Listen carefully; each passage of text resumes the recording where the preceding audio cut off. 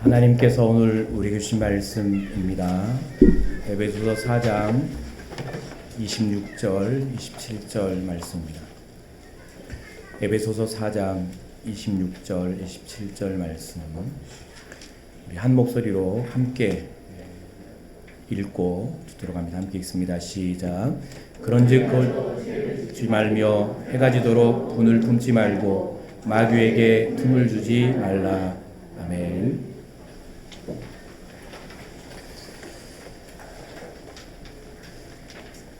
잘 참다 오셨죠? 화 안 내고 오신 분 손 들어주세요. 네, 장로님. 한 사람만 들면 왕따 당합니다.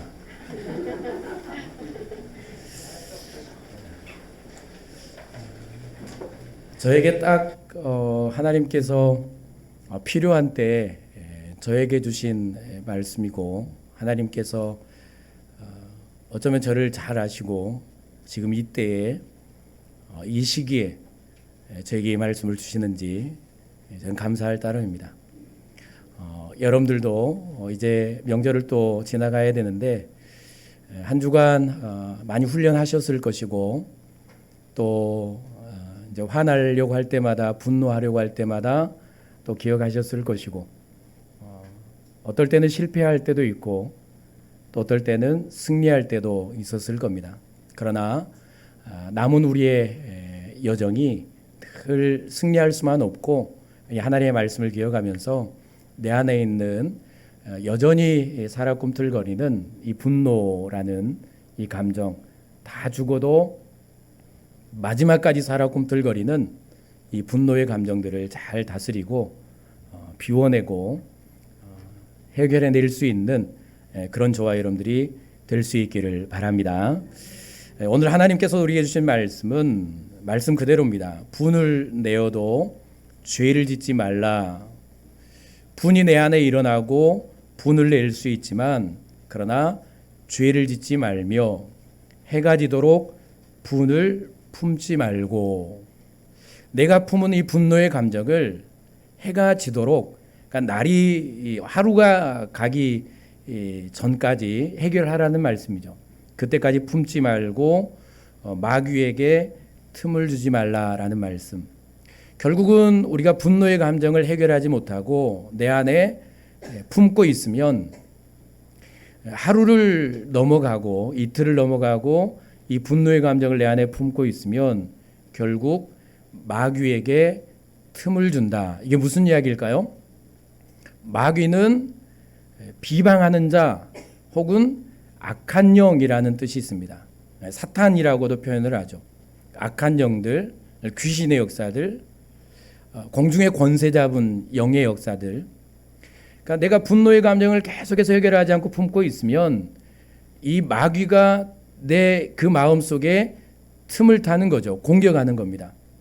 그래서 악한 일을 하도록, 악한 죄를 짓도록 그렇게 만드는 것이죠. 그래서 우리는 이 분노의 감정을 잘 해결해내고 비워내는, 하루가 지나기 전에 비워낼 수 있는, 해결할 수 있는 그런 능력이 하나님께로부터 저와 여러분들에게 임할 수 있기를 바랍니다.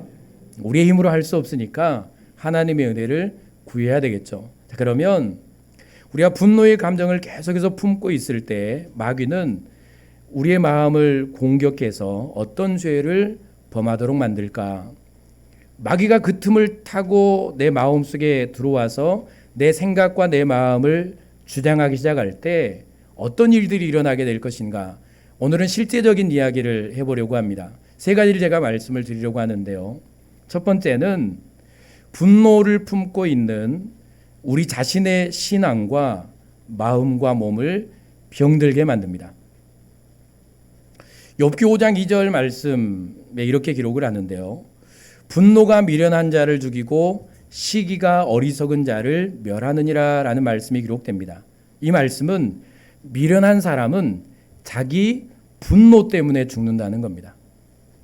짐승도 집에서 키워오면 밖에서 이제 사는 그 조류들을 가끔 이제 집에서 잡아서 키우는 분들이 있는데, 키우지 못하는 새들이 있습니다. 성질이 굉장히 급한 저류들이 있죠. 새들이 있습니다. 절대로 못 키우죠.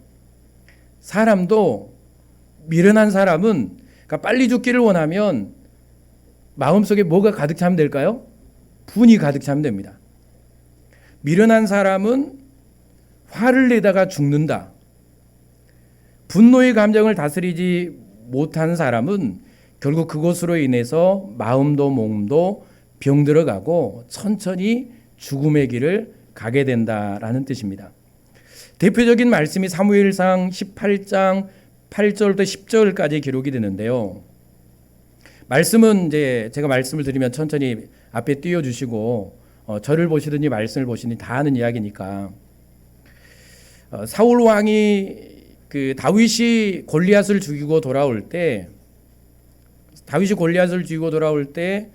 백성들이 다윗을 칭송을 합니다. 사울 왕보다 다윗을 더 칭송을 하죠. 그때 사울의 마음속에 들어가는 감정이 뭐였는가 하면 사울이 그 말에 불쾌하여 심히 노하였다라고 말을 합니다. 마음속에 분노가 일어나는 거죠. 누구에 대한 분노였을까요? 첫 번째는 백성들을 향한 분노였겠죠. 저 백성들이 나를 안 높이고 누구를 높인다? 다윗을 높인다. 두 번째는 또 누구를 향한 분노였을까요? 다윗을 향한 분노였겠죠. 골리앗을 죽이고 나라를 구하고 돌아오는 다윗을 향한 이 분노와 시기의 감정이 마음속에 일어나는 겁니다. 또 하나 분노가 있었을 겁니다. 이건 자기 자신을 향한 분노겠죠. 골리앗 앞에서 아무것도 하지 못했던 이 돌아보니까 그런 거거든요. 자신을 향한 분노가 마음속에서 일어나는 것이죠. 그래서 이 분노의 감정을 잘 해소했으면 좋을 텐데 그래서 사울 왕이 이 분노의 감정을 품지 못합니다. 그날 이후로 사울이 다윗을 주목하였더라. 이 마음을 계속해서 품고 있는 것이죠.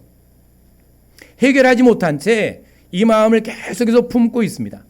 그때 일어난 일이 뭔가 하면 그 이튿날 하나님께서 부리시는 악령이 사울에게 힘있게 내렸다. 하나님이 악령을 그의 마음속에 임하게 하셨다라는 말씀이 아니고 악령도 하나님의 권세 아래에 있다라는 말씀인데 악한 영 마귀가 이 분노의 감정을 해결하지 못하고 계속해서 무언가를 바라보는 이게 분노의 감정이 있으니까 다른 일들 못 하잖아요. 계속 거기에만 집중을 하고 있으니까 마귀가 강하게 역사하는 것이죠. 그때 일어난 게 뭔가 하면 다윗을 죽이기 위해서 창을 2번이나 던집니다. 자기 앞에서 수금을 타는 창을 들어서 2번을 던지죠. 이게 사람이 할 수 있는 일이 아니죠. 사람이 할 수 있는 일이 아닙니다. 여러분 정상적인 생각을 갖고 큰 창을 들어서 여러분의 가족을 향해서 창을 던질 수 있습니까? 정상적인 생각을 갖고는 절대로 못하죠. 이성이 작동을 못하는 겁니다. 악한 영이 역사를 하니까 창을 들어서 던지죠. 그리고 이제 그에게 일어난 일은 그의 신앙이 병듭니다. 하나님 앞으로 돌아가지를 못하죠. 계속해서 하나님의 말씀에 불순종하는 일만 합니다. 신앙이 병들어가죠. 그의 마음은 오죽했겠습니까? 그의 마음은 정말 병들어 썩어갑니다. 이 분노의 감정 때문에. 가족도 돌보지 못하죠. 자기 나라도 돌보지 못하죠. 왕위도 감당하지 못하죠. 이 마음이 병드니까 그 마음은 계속해서 누구 죽일 생각만 하는가 하면 다윗을 죽일 생각만 하는 겁니다. 마음이 병들어 버렸죠. 그리고 마지막 그렇게 마음이 병들고 신앙이 병드니까 회복이 안 되죠. 그렇게 하다가 결국 마지막에 블레셋 사람들과의 전쟁에서 사울이 죽습니다. 자기 가족도 죽죠. 아들들도. 무비보셋 한 명만 놔두고 가문이 멸망을 합니다. 한 사람의 마음속에 분노가 임하고 해결하지 못하니까 자신도 가문도 다 멸망을 하죠. 이게 분노라는 겁니다. 우리도 살면서 경험을 하죠. 부모가 자녀가 분노의 감정을 조절하지 못하고 그 분노의 감정을 해결하지 못하고 악한 영의 역사 가운데 붙들려서 정말 상상할 수 없는 일들을 하잖아요. 아버지를 죽이고 어머니를 죽이며 자식들을 집어던지는 이건 다 분노의 감정으로 시작된 거죠. 그러니까 가문이 가정이 다 멸망해 가잖아요. 이게 분노의 감정인 것입니다. 여러분 이처럼 내 안에 분노의 감정을 해결하지 못하면 먼저는 내 신앙이 병들게 됩니다. 그 마음이 병들어가죠. 그러니까 분노 유발자들이 있지 않겠습니까? 집에 가면 여러분 화나게 하는 사람이 있습니까? 없습니까? 누가 있다고 그랬습니까? 있어요. 집에 가면 여러분을 화나게 하는 일들이 있고 직장에 가도 있죠. 분노 유발자들이 있습니다. 물론 여러분들도 누군가를 화나게 하겠지만, 그러니까 누군가를 화나게 한 사람은 진짜 나쁜 사람이에요. 회개하시기 바랍니다. 아멘. 절대로 누군가를 화나게 해서는 안 돼요. 분노 유발자들이 어디든지 있습니다. 그런데 그 분노 유발자들이 내 앞에 있어서 내 분노의 감정을 조절하지 못하면 결국은 그들이 죽는 게 아니고 자신이 병들어 가는 겁니다. 신앙이 병들죠. 마음이 병들어 갑니다. 그 마음이 오죽하겠습니까? 자연스럽게 육체도 병들어 가는 것이죠. 그렇게 인생은 죽어가는 거죠. 시들해져 가는 겁니다. 이게 분노의 감정이죠. 축적된 분노를 해결해야만 하는 세 가지 이유라는 글에 레오라는 분이 쓴 글에 이런 글이 있습니다. 분노는 대표적인 부정적 감정으로 마음의 평화와 안식이 없어지고 심한 긴장과 스트레스 상태가 분노의 상태입니다. 이와 같은 강한 부정적 심리 상태는 그 자체만으로도 나에게 부정적인 영향을 미친다. 내적인 활력이 없어지며 심리적 에너지를 소진한다. 또한 분노라는 감정이 분노 유발자를 향하지 못하고 스스로에게 향하는 경우에는 강한 자책이나 자존감의 저하, 그리고 그와 관련된 우울감을 느끼게 하는 중요 요인이 된다. 이는 몸속에 암세포를 담고 있는 것이나 똑같다. 그 자체로도 신체적인 피로나 고통을 제공할 뿐 아니라 전반적인 신체적인 활력을 감소시키는 이상의 신체적인 문제들을 유발한다. 그리고 오래 지속되는 경우에는 다른 신체 영역으로 전이가 되어 암이 다른 기관에 퍼지기도 한다라는 글이 있습니다. 분노는 여러분을 점점 병들어가게 합니다. 활력이 없어지죠. 의욕이 없어집니다. 심리적인 늘 불안에 시달리며 살아가는 것이죠. 열왕기하 5장 11절부터 14절 말씀 보면 나아만 장군에 관한 이야기가 있죠. 암몬이라는 나라에 나아만이라는 장군이 있었습니다. 이스라엘을 늘 공격하며 힘들게 했던 나라죠. 어느 날 나아만이 한센병에 걸립니다. 그러니까 이스라엘에서 잡혀왔던 여종이 나아만 장군이 한센병에 걸렸다는 얘기를 듣고 이스라엘에는 엘리사라는 선지자가 있는데 엘리사에게 가면 그가 당신을 고칠 수 있을 겁니다 라고 말을 해주죠. 나아만 장군이 그 말을 듣고 이스라엘로 갑니다. 나아만 장군은 기대했죠. 자기가 가면 장군이니까, 그것도 암몬 나라의 장군이니까 엘리사라는 선지자가 자신에게 나와서 자신을 맞이하고 그리고 자신에게 안수를 하든 자기 몸을 만져서 고쳐줄 줄로 알았습니다. 그런데 엘리사는 나와보지도 않고 사환을 보내서 요단강에 가서 7번 씻으라는 말을 합니다. 그러니까 그때 나아만 장군의 마음속에 어떤 마음이 드러나는가 하면 분노가 치밀어 옵니다. 내가 누군데? 내가 암몬의 장군인데 엘리사라는 저 하찮은 선지자가 나와보지도 않고 저 물에 가서 7번 씻으라는 이 말에 분노가 치밀어 오르죠. 나를 어떻게 생각하고 라는 말입니다. 내가 누군데 나와보지도 않는가. 그러면서 속으로 말을 하죠. 신하들 앞에서. 우리 암몬에는 더 깨끗한 강이 있고 물이 있다라는 겁니다. 차라리 거기 가서 씻겠다라는 것이죠. 이렇게 분노의 감정이 올라오니까 자기 병든 건 아무 상관이 없죠. 자기 병을 고쳐야 되겠다라는 생각도 없습니다. 돌아갈 생각만 하는 것이죠. 그대로 갔으면 그는 평생 한센병으로 고통당하다 죽었을 겁니다. 그런데 다행히 신하들의 말을 듣고 이 분노를 삭힙니다. 신하들이 만류하죠. 물에 들어가서 7번 씻으라는데 그건 못하겠습니까? 병을 고친다는데. 한 번만 하고 돌아가십시오. 그때 분노를 가라앉히고 나아만 장군이 요단강에 7번 들어갔다 나오죠. 깨끗하게 치유를 받습니다. 그대로 갔으면 그는 평생 그렇게 살았겠죠. 그런데 그 분노의 감정을 만류하는, 그리고 권유하는 신하들의 말을 듣고 해결하고 가라앉히고 그리고 그렇게 요단강에 들어가 치유받는 나아만 장군의 이야기가 있습니다. 여러분, 분노의 감정이 올라올 때, 내 안에 분노가 치밀어 오를 때 누군가 여러분들 제지하는 사람이 있고 누군가 여러분을 만류하는 사람이 있다면 하나님이 나를 살리려고 보내신 사람인 줄 알고 그 말 듣고 살 길을 찾으실 수 있기를 바랍니다. 네가 뭔데? 라고 하지 말고, 불난데 부채질하네 라고 말하지 말고, 하나님이 여러분들을 살리려고 보낸 사람이라는 사실을 기억하십시오. 막스 헤르만이라는 사람이 한 친구에 대해 난 생각한다라는 글을 썼는데요. 짧은 글입니다.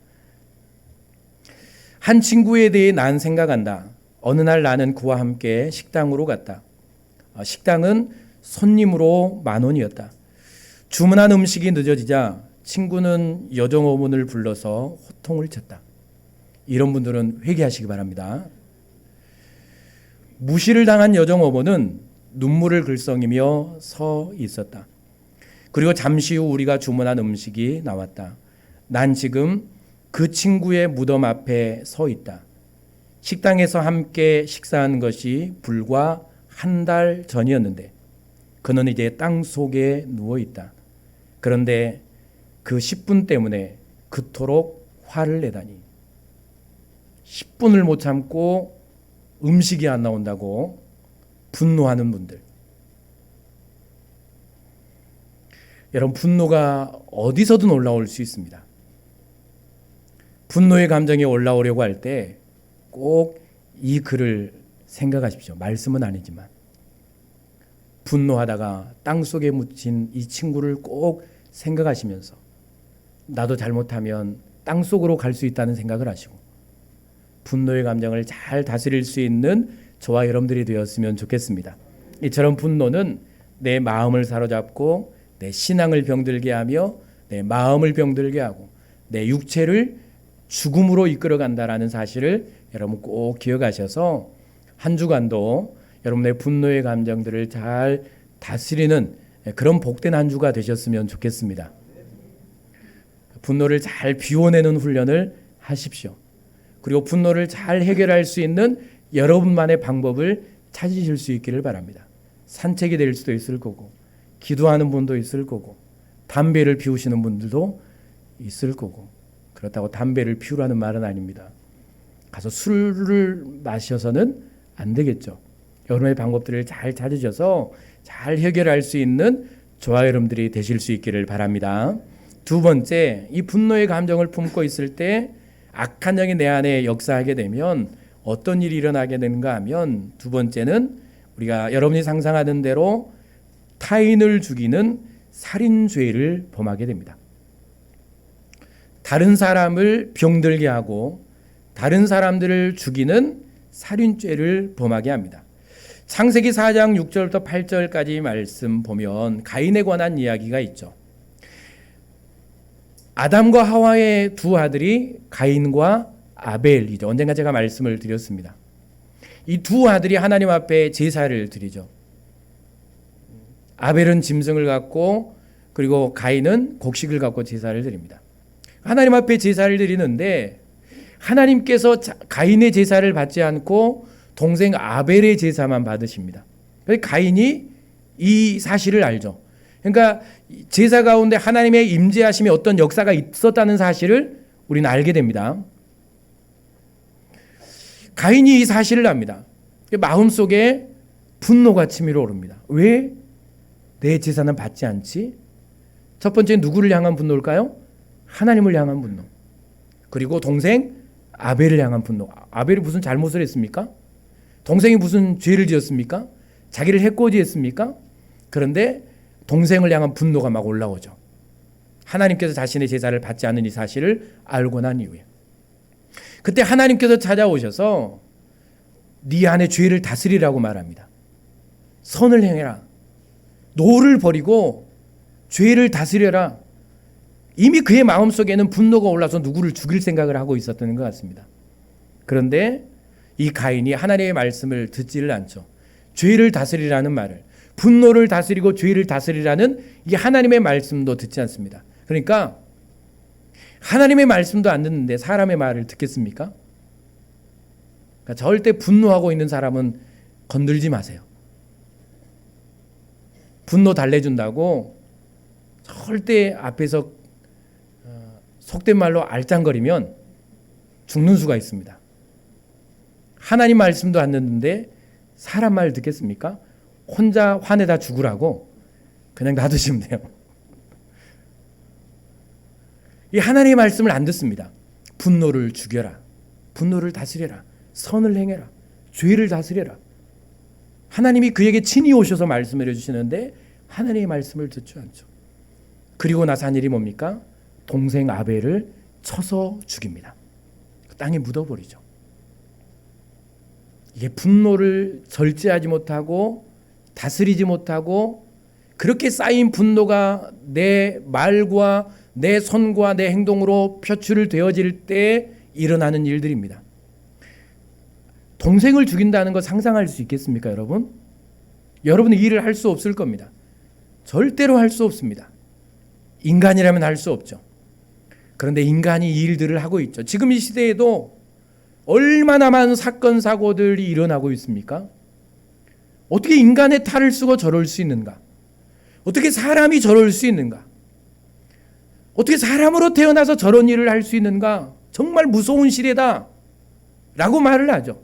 그런데 분노의 감정이 자리 잡고 해결하지 못하면 결국 사람은 짐승보다 더 독한 존재가 됩니다. 무서운 존재가 되죠. 여러분이 이렇게 얌전하게 앉아있고 절대로 사람도 못 때릴 것처럼 앉아있지만 여러분의 마음속에 누가 분노를 유발하고 그 분노의 감정이 차고 차올라서 폭발하게 되면 여러분도 저도 짐승마도 못한 정말 악한 일들이 나를 통해 일어날 수 있다는 사실을 여러분 늘 기억하시고요. 내 안에 올라오는 분노는 처음부터 죽여야 합니다. 아주 작은 분노로부터 다스려야 합니다. 비워내야 합니다. 그게 쌓이고 쌓이고 쌓이면 언젠가 폭발할 때가 있을까요? 없을까요? 있어요. 고개 끄덕이시는 분들은 다 경험이 있으니까. 열심히 차곡차곡 뭐합니까? 쌓죠. 내가 참는다. 오늘도 내가 참는다. 그래, 또 참지. 내가 한 달을 참았어. 10년을 참았는데 더 못 참겠어?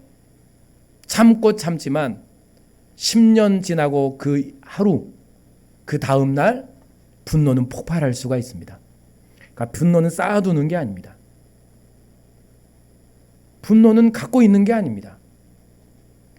하나님의 은혜로 그동안 여러분의 인생에 겹겹이 쌓아온 여러분의 안에 있는 쌓여있는 이 분노의 감정들을 이제 비워내셔야 될 때가 됐습니다. 하나님이 말씀하실 때 아멘하고 비워내십시오. 오늘 가인에게 찾아오셔서 말씀하시잖아요. 죄를 다스려라. 선을 행해라. 노하는 감정을 다스려라. 비워내라고 말씀하십니다. 우리에게도 말씀하시죠. 네 안에 있는 분노, 네 자녀를 향한, 네 아내와 남편을 향한, 직장의 동료들을 향한 그렇게 겹겹이 쌓여온 네 분노 다스리고 비워내라고 말씀하십니다. 하나님의 말씀에 순종해서 잘 비워내는 그런 저와 여러분들이 될 수 있기를 바랍니다. 사무엘상 25장에 보면 마온 사람 나발에 관한 말씀이 기록이 됩니다. 나발은 부자였습니다. 목축을 많이 했죠. 다윗은 그 자기 동료들과 함께 자신을 따르던 사람들과 함께 그 밖에 광야에 피신해 있을 때 이 나발을 보호합니다. 군대를 거느리고 그 가정을 보호해 주죠. 그리고 목축을 할 수 있도록 그가 부자가 됩니다. 어느 날 이 다윗이 너무 이제 쫓겨다니니까 배가 고프고 먹을 것이 없으니까 신하들을, 소년들을 이 나발이라는 사람에게 보냅니다. 옛날에 도움 준 게 있으니까 먹을 것을 좀 달라고 요청을 하죠. 그래 나발이 하는 말이 뭔가 하면, 나발이 다윗의 사환들에게 대답하여 이르되 다윗은 누구며 이새의 아들은 누구냐? 요즘에 각기 주인에게서 억지로 떠나는 종이 많도다. 내가 어찌 내 떡과 물과 내 양털 깎는 자를 위하여 잡은 고기를 가져다가 어디서 왔는지도 알지 못하는 자들에게 주겠느냐? 그렇게도 도움을 받았던 다윗. 다윗이 군대를 거느리고 자신의 가축과 가족을 다 보호해줘서 그렇게 평안한 삶을 살았는데 다윗이 소년들을 보내서 먹을 것을 달라고 하니까 다윗이 누구냐라고 하는 겁니다. 배신이죠. 은혜를 저버리는 겁니다. 그러면 분노가 올라오겠죠. 자연스럽게. 우리가 다 그런 것처럼 다윗도 인간이니까 분노의 감정이 올라옵니다. 그렇게도 사울 왕을 죽일 기회가 있었을 때 하나님의 기름 부음을 받은 자를 내가 죽일 수 없다고 자신을 죽이려고 하는 사울 왕에게도 분노하지 않았던 다윗이 은혜를 저버리고 먹을 것을 주지 않는 이 나발이라는 사람 앞에서 분노가 올라오는 것이죠. 아무리 거룩한 사람도, 아무리 분노를 잘 다스리는 사람도, 아무리 하나님 앞에 예배를 잘하는 사람도, 하나님 앞에 순종하는 사람도 분노는 어찌할 수가 없는 겁니다. 분노의 감정이 올라오죠. 그래서 군대를 거느리고 이 나발을 죽이기 위해서 내가 저 나발을 죽이겠다라고 군대를 거느리고 그렇게 나발을 죽이러 가죠. 다행히도 나발의 아내 아비가일의 지혜로 말미암아서 다윗이 고백한 대로 하나님 앞에서 피 흘릴 죄를 짓지 않습니다. 그 분노를 가라앉히죠. 지혜로운 한 여인 때문에. 그렇게 해서 피 흘린 죄를 범하지 않고 돌아가는 다윗을 우리는 잘 알고 있습니다. 분노는 누구도 장담할 수가 없습니다. 저도 마찬가지입니다. 여러분도 마찬가지죠. 나는 절대 분노하지 않아. 모세는 세상에서 온유한 사람이었습니다. 그런데 분노해서 바위를 2번 내려치지 않습니까? 누구도 장담할 수 없는 이 분노가 올라오면 내 마음속에는 어떤 이들에게 분노 유발자를 향해서 해코지를 하고 복수하고 뭔가 그들에게 똑같이 해주고 싶은 그런 마음이 올라올 때 하나님의 음성을 여러분 꼭 들으시고요. 하나님 앞에서 사람들에게 피 흘리는 죄를, 하나님의 형상으로 지음받은 사람들에게 악한 말을 하고 저주의 말을 하고, 내가 분노하고 쏟아내는 말은 그 입에서 무엇이 쏟아져 나갈까요? 저주, 독한 말과 함께 독이 품겨져 나가는 것이죠. 하나님 앞에서 이런 죄를 범하지 않는 그런 저와 여러분들이 될 수 있기를 바랍니다. 세 번째 마지막, 내가 분노의 감정을 품고 다스리지 못할 때 사탄이 내 마음을 공격하고 일어나는 일은 사람들과의 화목한 관계를 깨뜨립니다. 잠언 15장 18절, 분을 쉽게 내는 자는 다툼을 일으켜도 노하기를 더디하는 자는 시비를 그치게 하느니라. 분을 쉽게 내는 자는 무엇을 일으킨다고요? 다툼을 일으킨다. 그러니까 분노를 잘하는 사람들은 늘 어디 가든지 뭐합니까? 싸우죠. 그리고 노하기를 더디하는 자는 시비를 그치게 한다. 노하기를 더디하는 자는, 분노를 잘 다스리는 사람은 어디 가든지 시비를, 다툼을 그치게 한다. 분노의 감정을 다스리지 못하고 올바른 방법으로 해결하지 못하면 악한 말과 공격적인 행동으로 표출될 수밖에 없습니다. 그리고 분노의 감정을 품고 있으면 우리의 얼굴로 그대로 분노의 감정은 다 표현이 됩니다. 어떤 한 목사님이, 그의 목사님의 철학은 분노하지 않기를 원하는, 그래서 그렇게도 목회를 하면서 분노하지 않고 어떤 일에도 화를 내지 않았는데, 당회할 때 장로님이 목사님에게, 목사님 화내지 마세요 라고 말을 했답니다. 그러니까 마음속에 화가 얼마나 올라왔던지, 내가 언제 화냈냐고, 내가 화낸 걸 봤냐고. 그랬더니 그분이 하시는 말이 목사님 얼굴에 다 나타납니다. 숨길 수가 없죠. 저도 마찬가지입니다. 그러니까 분노의 감정을 품고 있으면 말을 통해서, 표정을 통해서, 행동을 통해서 다 사람들에게 표출이 되죠. 그러면 결국 그를 통해서 일어나는 일은 사람들과 화목이 다 깨집니다.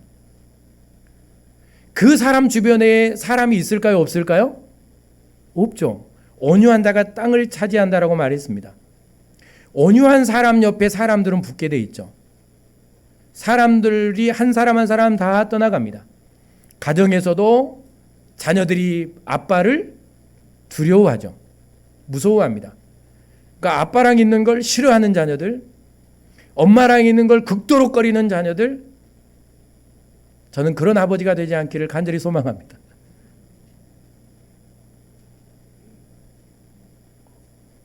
그러니까 분노의 감정을 품고 살아가면 교회에서도 가정에서도 직장에서도 다 화목이 깨집니다. 그리고 화목했던 사람들이 한 사람 한 사람 떠나가죠. 그 사람 곁에는 진정한 친구가 없습니다. 함께 해줄 사람이 없죠. 그럼 속으로 이럴 겁니다. 화나게 하는데 그럼 혼자 살아가지. 뭐 혼자 살아가면 되지 라고 말할 분도 있을 텐데, 그런데 우리는 절대로 혼자 살아가서는 안 될 사람인데요. 고린도후서 5장 18절 19절 말씀, 마지막 말씀 함께 읽어볼까요? 모든 것이 시작.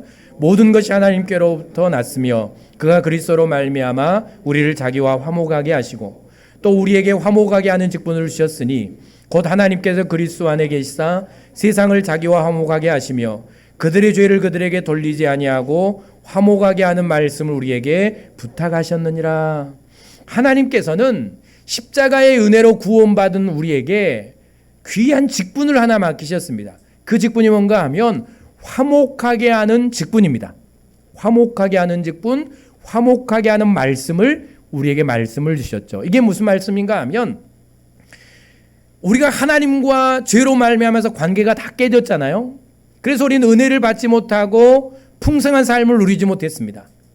그래 예수님께서 이 땅에 오셔서 십자가에서 우리의 죄를 위해 죽으심으로 말미암아 우리는 하나님과 관계가 회복되고 화목한 관계가 된 겁니다. 그래서 하나님과 예배함의 영적인 교제를 누리며 은혜를 누리며 살아가는 것이죠. 이렇게 예수님이 우리와 하나님을 화목하게 만들어 주셨던 것처럼 우리도 하나님께서 그 직분을 주셨는데, 사랑하는 내 가족들이 아직도 하나님을 알지 못하는 많은 사람들이 나와 함께하고 있잖아요. 교회에도 하나님을 알지 못하는 이들이 있고, 가정에도 하나님을 알지 못하는 내 가족들이 있고, 직장에도 하나님을 알지 못하는 동료들이 있습니다.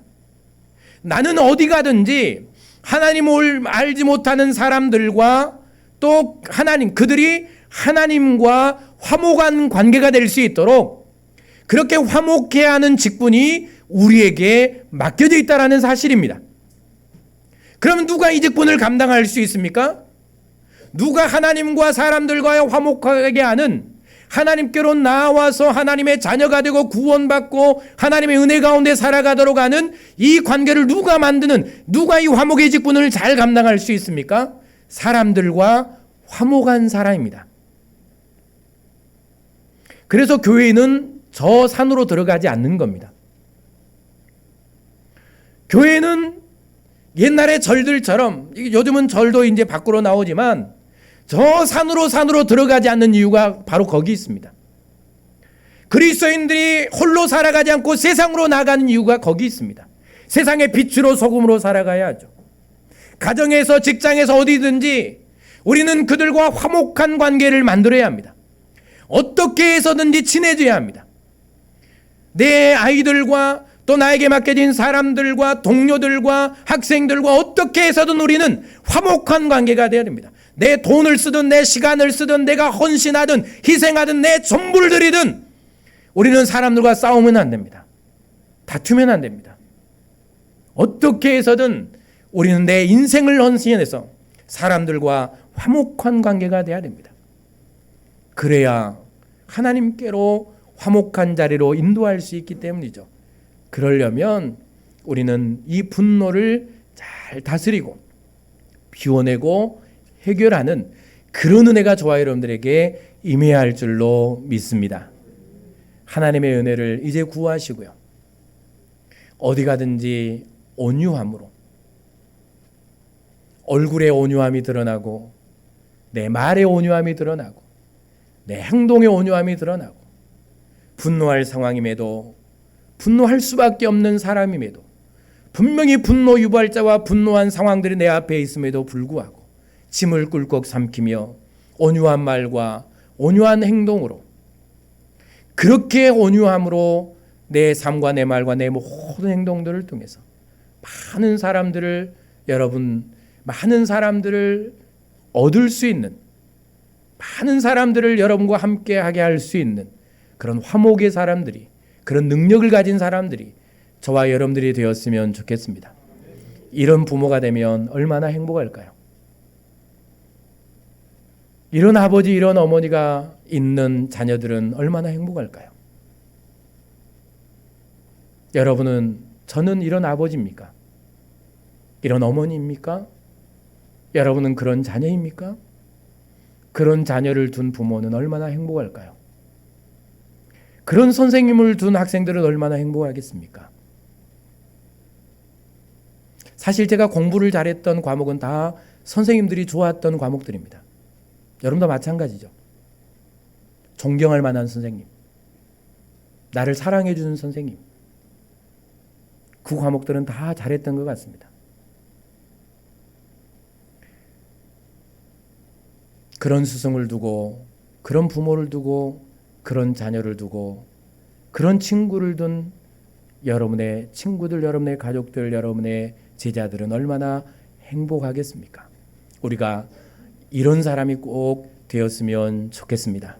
한 주간도 이제 말씀 꼭 기억하시면서 이제 남은 시간들은 이제 실제적인 어떻게 내 안의 분노를 다스리고 또 비워내고 잘 해결해낼 것인가를 배워갈 텐데, 한 주간 여러분이 분노의 감정들을 잘 비워내시고요. 특별히 이제 명절이지 않습니까? 태풍도 온다는데 화날 일들 뿐이잖아요. 코로나도 그러고 모든 상황들이 분노할 일들 뿐입니다. 이런 현실 가운데서 한 주간 가족들과 함께 하면서 여러분 온유함으로 행복한 그런 한 주간을 보내고 주일날 다 만날 수 있기를 바랍니다. 기도하겠습니다. 사랑의 하나님, 감사합니다. 옳다 하나님께서 우리의 마음을 만지시고 우리 안에 여전히 남아있는 이 분노의 감정들을 잘 다스려 주시고 비워주시고 해결해 주시고 평안과 감사로 온유함으로 가득 채워 주시옵소서. 감사하며 예수님 이름으로 기도드립니다. 아멘. 우리 찬양합니다.